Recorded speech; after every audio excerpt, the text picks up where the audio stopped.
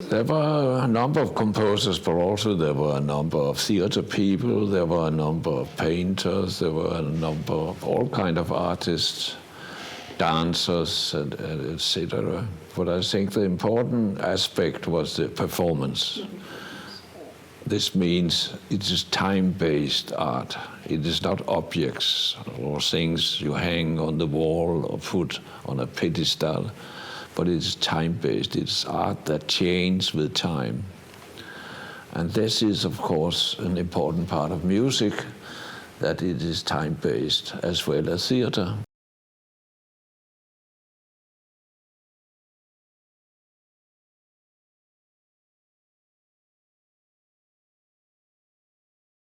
So I was doing these things.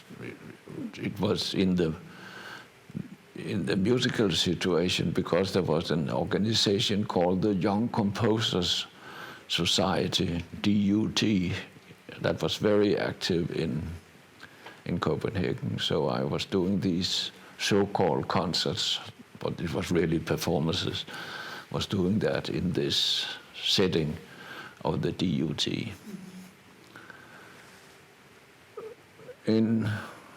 I think it was in '60, you had a very important event in the Stedelijk Museum in Amsterdam, where Sandberg, who was director of the Stedelijk Museum at the time, he organized the Bewogen Bewegen exhibition, art in movement, movements in art. And one of the curators was Daniel Spurry, and there were several curators for this show. And that was invited to Louisiana as a DUT organization again. And Peg came, I think, in '61. It was 60 in Stedelijk, and then it came to Louisiana in '61, I think. And Peg came to make a concert at the Louisiana in the DUT setting. So there I met Peg for the first time. But also around that time I was in correspondence with Lamont de Jong and Emmett Williams and several other people already. So there was a kind of network being established before '62. And that was really promoted by this Bewogen Bewegen exhibition, movement in art. And it was not only intermediate in this movement in art exhibition, because it goes back all the way back to Bauhaus and other things, Molinot and all these people making light works. And then the first thing that was called Fluxus was in Wiesbaden in '62, but before that, George McCunas, who never invented Fluxus, this is purely nonsense, but he had the dream to make a cultural magazine called Fluxus. That has nothing to do with intermedia, has nothing to do with performance. It should be a cultural magazine dealing with all the arts. And he wanted to do this magazine together with Jonas Mikas. They were both people coming from Lithuania and living in New York at the time. But McCunas had this gallery called AG Gallery, and it went bankrupt. And he was not able to make this magazine called Fluxus. So he had to go to Europe to get away from the creditors and all the people who had given him money and he should pay back. And he got a job in Wiesbaden, at the Air Force in Wiesbaden as a graphic designer. And there he decided to make, with some of the friends he had met in New York, some of the artists in New York, because he was not a part of the European situation at all. He only knew about the New York situation. He was never a part of, for example, Bewogen Bewegen exhibition. But several Americans had left New York because it was impossible to make a living there, and they went to Europe to work for the Army and for the U.S. Army and the U.S. Air Force. And Ben Patterson was living as a bassist in a double bass player in an American band in Cologne. And Emmett has left as well. He lived in Darmstadt. First he lived in Paris, but then in Darmstadt where he had met his wife. So there was a number of American people connected with the Army and the Air Force. And that really created the basis for Fluxus to be established. Not as an art movement, but as an organization. So McCunas, who had no money at all, he used all the capacities and all the resources of the Air Force, the American Air Force, to make publications and programs. And I'm sure he even had the Air Force to pay the train tickets for the artists to come to Wiesbaden, and probably also paid the hotel. So we are very thankful for the American Air Force for establishing the Fluxus organization. And after Wiesbaden, due to the network that was established by Bewogen Bewegen, they decided to go to Copenhagen, where Arthur Købke, a German living in Denmark in Copenhagen, because he had a Danish girlfriend.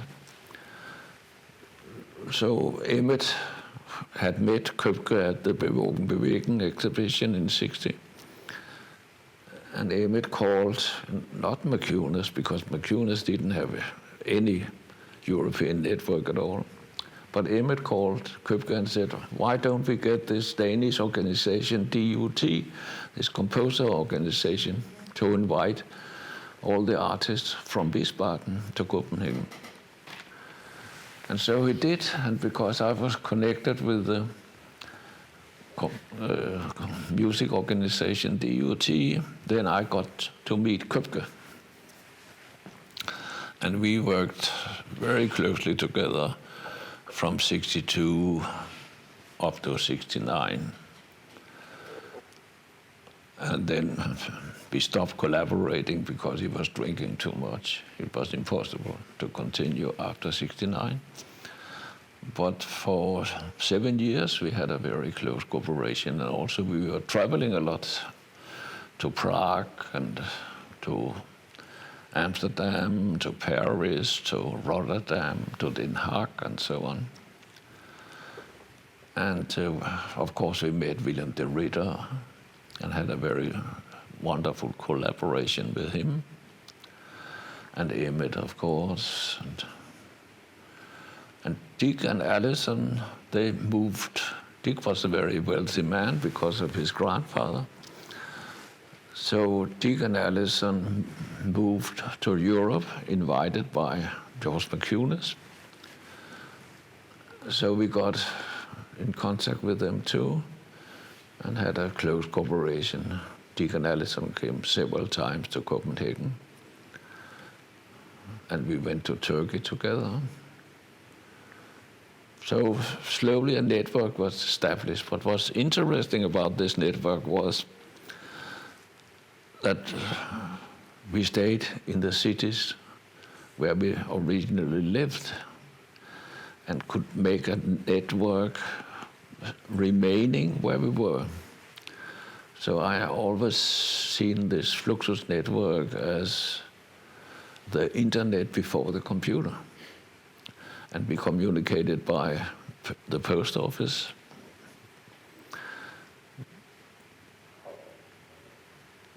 Before the Fluxus network, artists moved to the same cities.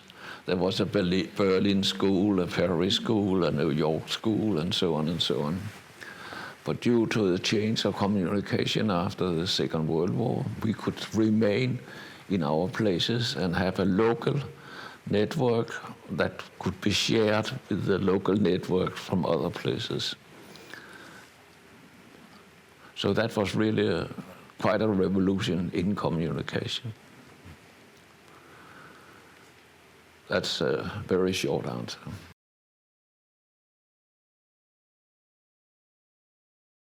There were a number of composers, but also there were a number of theater people, there were a number of painters, there were a number of all kind of artists, dancers, and etc. But I think the important aspect was the performance. This means it is time-based art. It is not objects or things you hang on the wall or put on a pedestal, but it is time-based. It's art that changes with time. And this is, of course, an important part of music, that it is time-based as well as theater. So it's a performance art, and intermedia is certainly includes time as an aspect of the work. Yeah. And that, I think, it's pretty important, that the work is never the same, though it is performed many times, but it never will be exactly the same work. It will change every time it appears as a piece. So this we learn from music, but also you find it in theater. And I think this idea that art is objects, is production, it's not very old understanding about art. It comes from the 18th century. Before the 18th century, art was merely communication and not so much production, not so much objects, separate objects. It was communication, and again with intermedia, it became communication once more. Yeah. So I don't consider it to be closely related to music, but it is related to time.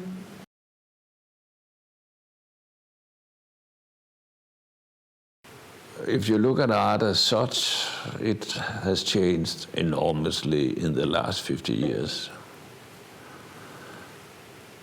And we didn't have any ambition to change anything when we started doing intermedia. We just wanted to do things we found very important to do ourselves and together with our friends. We didn't care about the public, really. We cared about participants. And we certainly didn't want to change institutions or change the art world or anything. We didn't care about that at all. But it had a consequence, the things we did. And if you look at the museum situation and the whole art situation in the late 50s and compare it today, you cannot say it's the same. It's completely changed. And of course I know we did it, but we didn't intend to do it. It just happened. So I don't think we have, I mean, my attitude at least is that I don't think I'm doing very different things today compared with what I did in the late 50s and early 60s, I think. It's the same attitudes, it's the same observance, it's the same sensuality. But the world has changed around these things. And that is interesting, but that's more a philosophical question. It's not, doesn't have to do with art. It's a philosophical or didactic or social phenomena.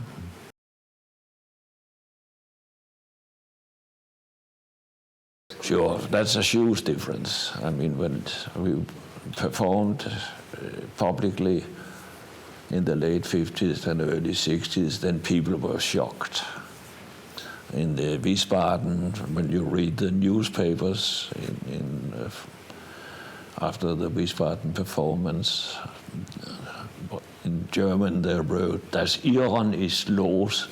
The crazy people are out of the mental hospital, and they are now in the concert halls and in the museums. And in Copenhagen, it was called dilettantes. Big headlines in all the newspapers, the dilettantes are here. But we didn't mind. I mean, the mainstream and the performance scenes, the intermediate scenes, has nothing to do with each other. Like today, the market, the art market, has nothing to do with art. It's two completely different and isolated things. And our work doesn't sell for $20 million. Absolutely not. And we don't belong to that situation. But the attitude of the audience has changed radically. They are not afraid anymore to participate. They are happy to participate.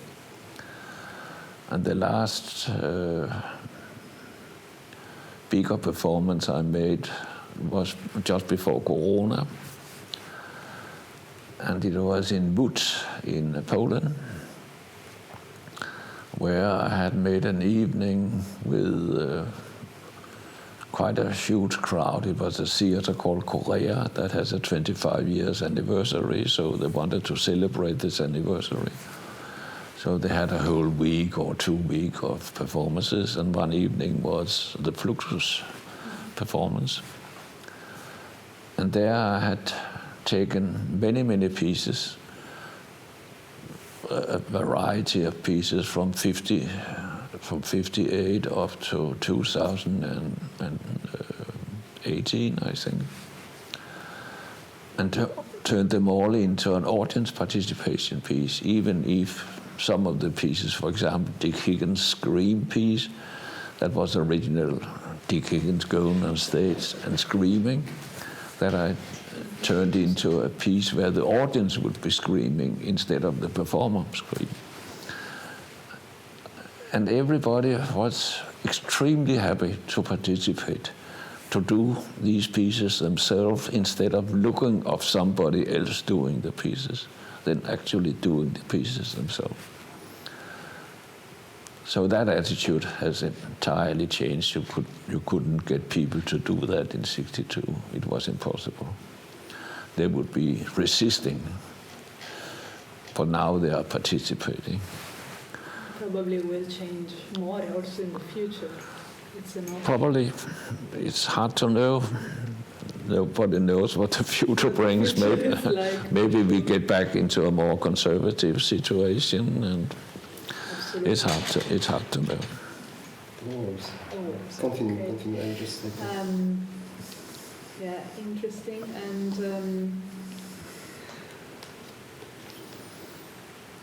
when it comes about performance art, as you say, this time-based, and you can document it, but it's not going to be the same in a way. No, you can never really be documented.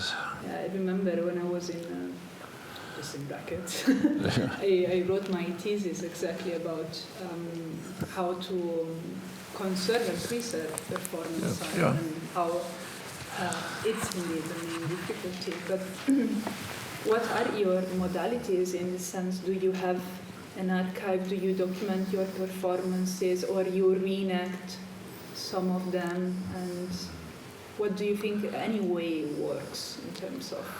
I don't think that these works should be documented, not at all. They should be reperformed. Reperformed? Yeah. Okay. They should not be documented. I never document my own work, never. I know there's a lot of documentation exists, but I never made this documentation myself. But I will not resist it. I'm not going to forbid people to document. No photos. But it is sometimes it's really quite annoying.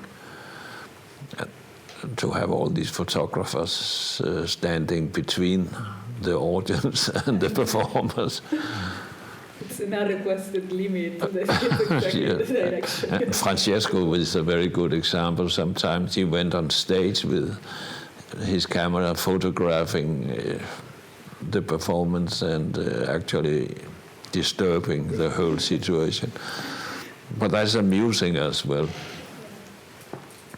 And I have a very nice story about with daughter, my wife. She had an accident with her ankle, and she broke her ankle, carrying a camera, of course.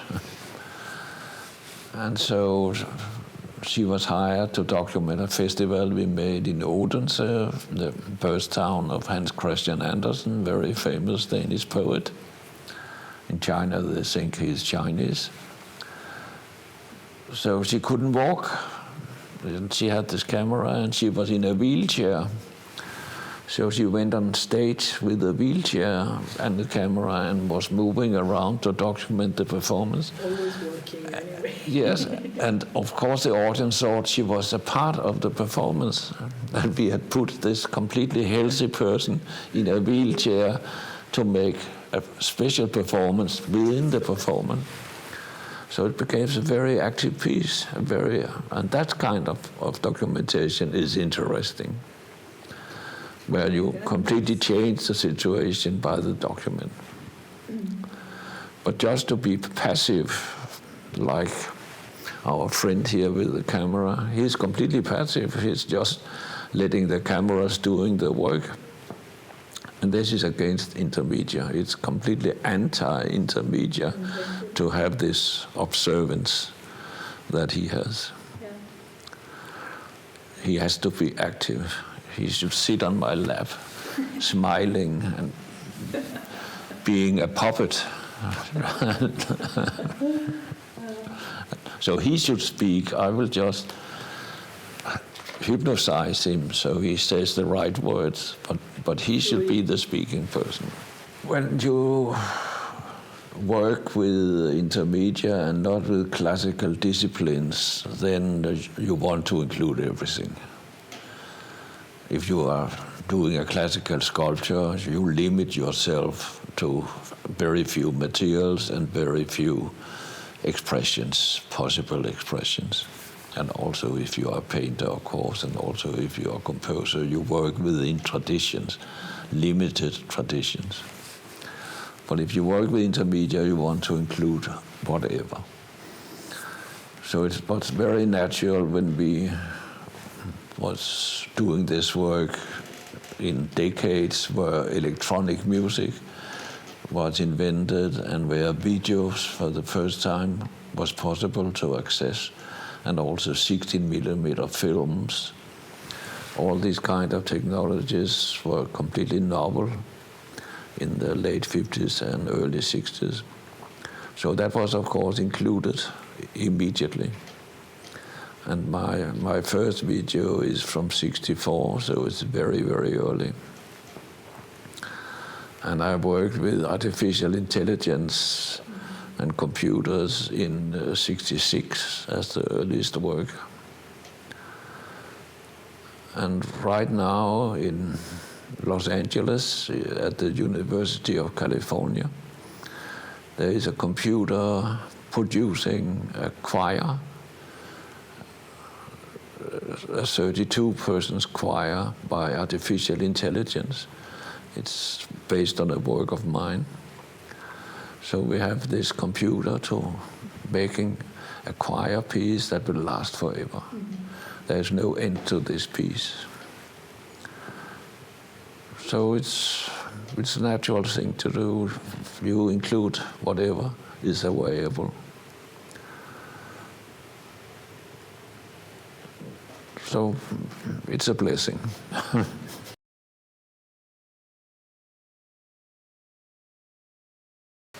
Yes, that's very interesting because some of my friends, especially Allison and Dick Higgins, had been working with Gino DiMaggio. First, Gino DiMaggio was the first Italian collector who was interested in intermedia. And Gino DiMaggio was a very close friend of Ben Bucci. And Ben Bucci living very close to Milano, where Gino lived. Ben Bucci lived in Nice, so it was very easy for them to communicate. And Ben Bucci had a very good contact both to Dick Higgins and Alison Noel, so it was quite obvious that since Dick had this money from his grandfather, then it was very easy for them to travel to Milano and do work together with Gino. And Gino knew Francesco, so it was very easy and logical that they would start to work with Francesco as well. And I had, through George Glusberg, who was a very interesting man from Buenos Aires. He had an art center in Buenos Aires where I had not been working in person, but worked through the postal system. I had shows there. And he organized a festival in Ferrara in Palazzo Diamanti. And at the same time, Alison was in Verona not Verona, Asolo, with Francesco Conz. So she knew that I was in Ferrara performing, by the way, with live video and students from the university. So they were the performers, the young group. And so Francesco drove her to Ferrara from Asolo. So that was why I met him as a driver for Alison. And then, of course, he invited me to come to Asolo. So we drove together in his Alfa Romeo, I remember. He was driving? Yes. So he was the driver for Alison and me. And we came to Asolo, and at that time he still had the factory. And so I didn't do anything with him. It was just a social visit, and we had a nice talk. But then after he stopped with his factory and he started to be serious about producing works and making editions, and then he moved to Verona. And so we started a very close collaboration. But I think this first visit, this first meeting in Ferrara, I think it was in the late 70s. Okay. 78, 79, something like that. So the first work I did with him was in the 80s. And I think the first work was, in fact, never produced. He wanted all of us to make pianos. And I made the pianist Hideaway. This is the silk screen. Yeah. It's a silk screen, but it was supposed to be built really as a container where you had a piano put in front of the container, and when you played a special tune, the door would open in the piano and you could enter the container where you could live, where the pianist could live, hiding himself so nobody could shoot at him. And then you worked together on the banner? Or it was first the cover? Yes, but with this, Alberto was working with Francesco at that time in the mid-80s. And he wanted to make this container with the piano. And they got into a fight, Francesco and him, because Francesco didn't want to do this piece. It was too complicated for him. And he wanted small piano work that could be shown easily in galleries and museums and so on. He didn't want a huge 40-feet container. But Alberto insisted, we have to do this piece, he said. So they had a big fight. But they never realized it. Francesco got his will, and it was turned into a silk screen instead of a real object. But then we started collaborating really with the Crying Space, with the banner, the 50-meter banner, and many other things. Exactly.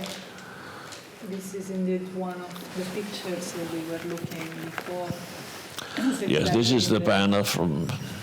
He rented a whole factory because I wanted to make the biggest silk screen in the world. It was your intention then? Yeah. Conz said yes. When he had turned the pianist Hideaway into a silk screen, I wanted a revenge. So when he wanted, and he asked me, I said to him, you are doing this silk screen against my will because I wanted it to be a container and not a silk screen. So if you want to make another silk screen by me, then it has to be the biggest silk screen in the world. It has to be minimum 50 meters. And he couldn't find a factory that had a table that is more than 50 meters. So after a year or two, actually I think it took 3 years for him to find a factory with a 50-meter table. And that was in Como. So I went there together with Alberto for 3 weeks in, I think it must have been 89, and then again 3 weeks in 90, the year after, to make 9 banners. Because in Italy you have this conception that if you have an edition of 9, not more than 9, but 9, then they are considered to be original works. So it has to be 9. And this photo shows me at the banner, where I turned the silk screen technique. I really turned it upside down. Normally you have a silk screen and then you print with the same color and the same screen many, many times, 20 times, 50 times, 100 times, and so on. But here I used the screens as a brush. Mm-hmm. You only have one stroke and one color, and then you change the color and you change the screen. So it was a very complicated process. And I think each banner has 400 prints, each with a new color and a new shape. So it took 10 women 3 weeks to make half the edition, and then again 3 weeks a year later to the other half of the editions. It's very hard work, and they lost a lot of weight. You told me. Then we have also the picture with Maria here, but this I also like it a lot. Yes, that is one of the photo sessions we made. This is. You were doing photo sessions. Like Conz was really like. I mean, Francesco. One of the most important things is what he liked to do the most was to make photographs. He loved to photograph people. And I just didn't want to be an object for him to photograph. So I suggested that we made some sessions where I performed in front of the camera, and then he could take the pictures he loved to take, and I could be active, an active object for him, and not just a passive documentation. So this is one of in a church where he had a dress, and he asked me to perform in this dress, and that is what I did here in the church. I performed as a priest. As a priest? As a priest, yes. Cosmos priest? Yes. I mean, of course, like for me, it's very interesting, this idea of being active and not being passive, especially as a reminder for, But if you meet somebody like Francesco, he has a strong will and he wants to do exactly what he wants to do, then you have to react to that. You cannot just be a victim of his desires. You have to make a counterpoint to him, yes. You have to be two brains working together and not just one person wanting you as a puppet.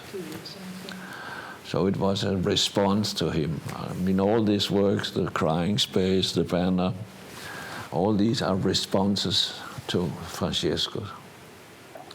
I would never have made Verona Rosso marble by myself. It was because he said, do something with Verona Rosso.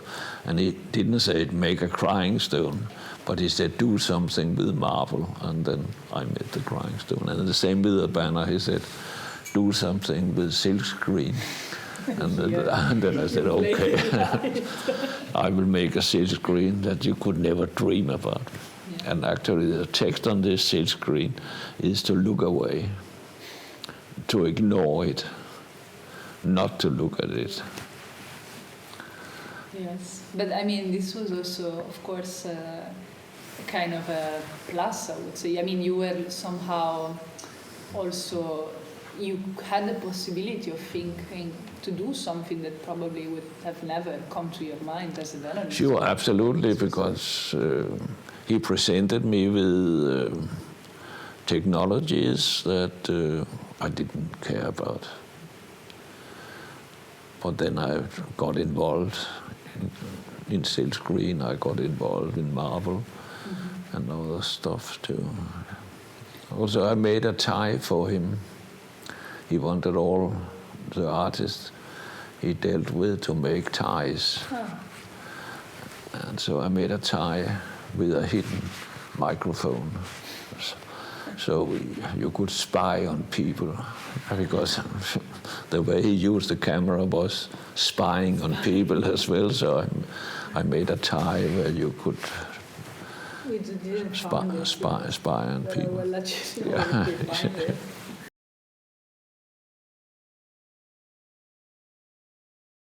If you look at the crying stone, then of course it is an object. But don't consider it to be an object. It is an object that has a purpose that you can deal with, that it's operational. Don't just look at it, but cry with it. Cry with it.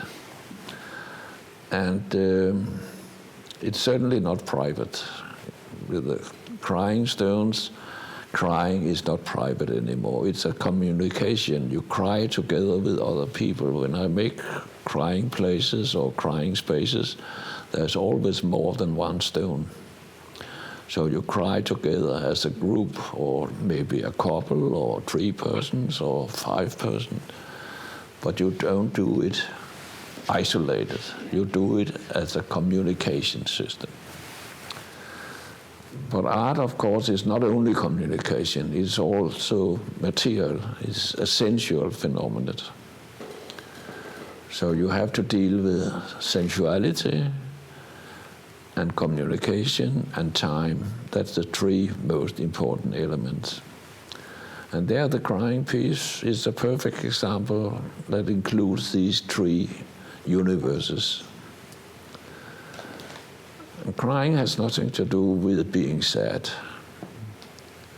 You can have a lot of joy from crying.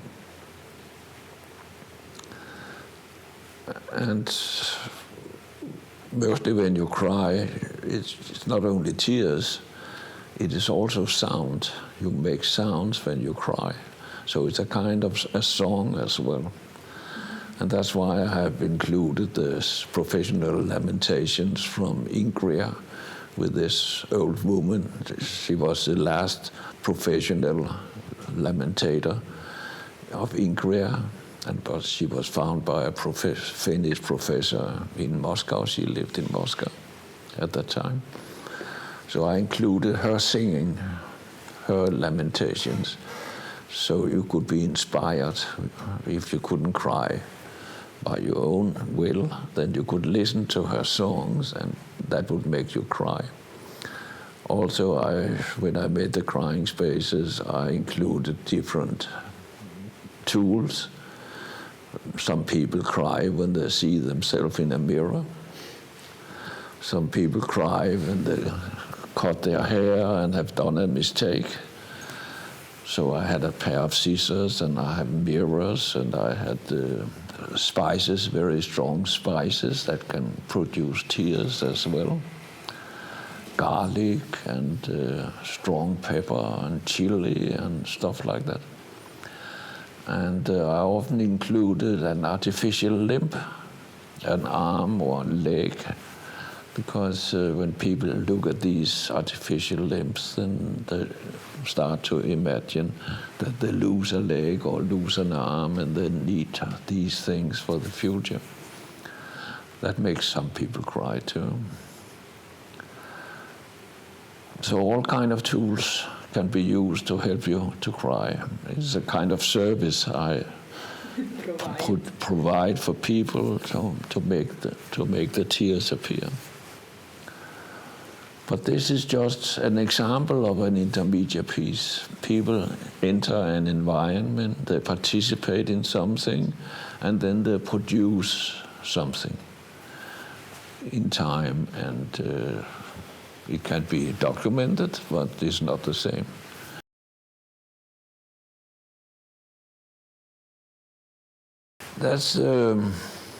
That was the Italian way with the collectors of intermedia. That it was a personal relationship. It was not a market situation. It was not actually a way to collect art. They did collect art, but they were not collectors in the classical sense as an investment. But it was a friendly relation. It was a cooperation, more cooperation than it was collector and artist. So and that goes with Pepe Mora in Napoli, Carlo Catalani in Modena, Dino De Maggio in Milano, later on Luigi Bonotto in Bassano di Grappa and Molvena.